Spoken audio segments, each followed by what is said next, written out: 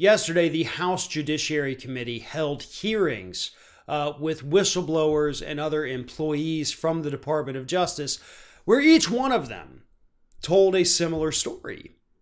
And those similar stories all had to do with Attorney General William Barr abusing his power as Attorney General to appease Donald Trump and, of course, to promote Barr's own political agenda. A couple of the things that we learned from these whistleblowers in the Department of Justice were, one, William Barr going after the marijuana industry because William Barr just doesn't like marijuana, much like Jeff Sessions before him, right?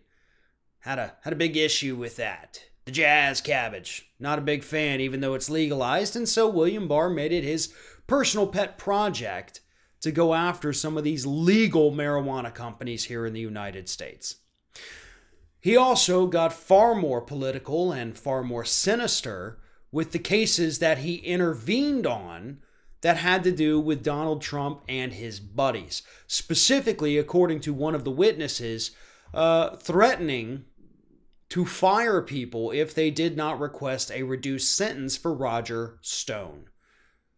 The threat of firing could have been explicit or implicit, but everybody who worked on that, according to the whistleblower, said that we were under the impression, based on what Barr had told us, if we didn't request the reduced sentence for Roger Stone, we would be fired and removed from the DOJ forever.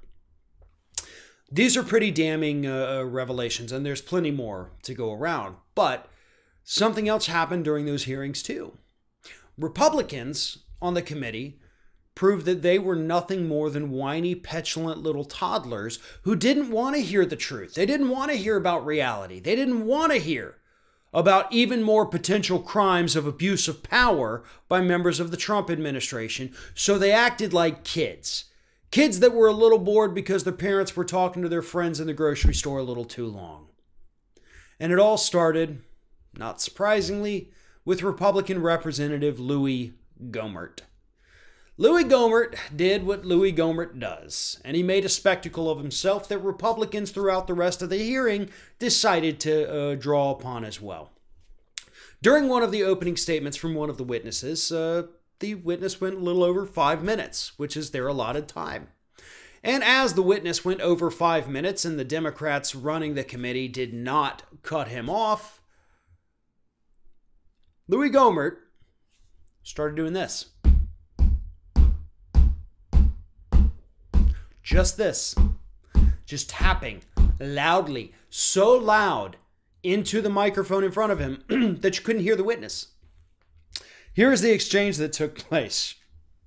This is insane. I'm sorry for laughing, but it's insane because Louis Gohmert's crazy. This is what he said. Well, this is what happened. Mr. Chairman, I would ask that the Sergeant at Arms be called upon to stop the disruption of this meeting, said Representative Hank Johnson, a Democrat from Georgia. I can't hear this witness. This is a very important witness. Yeah?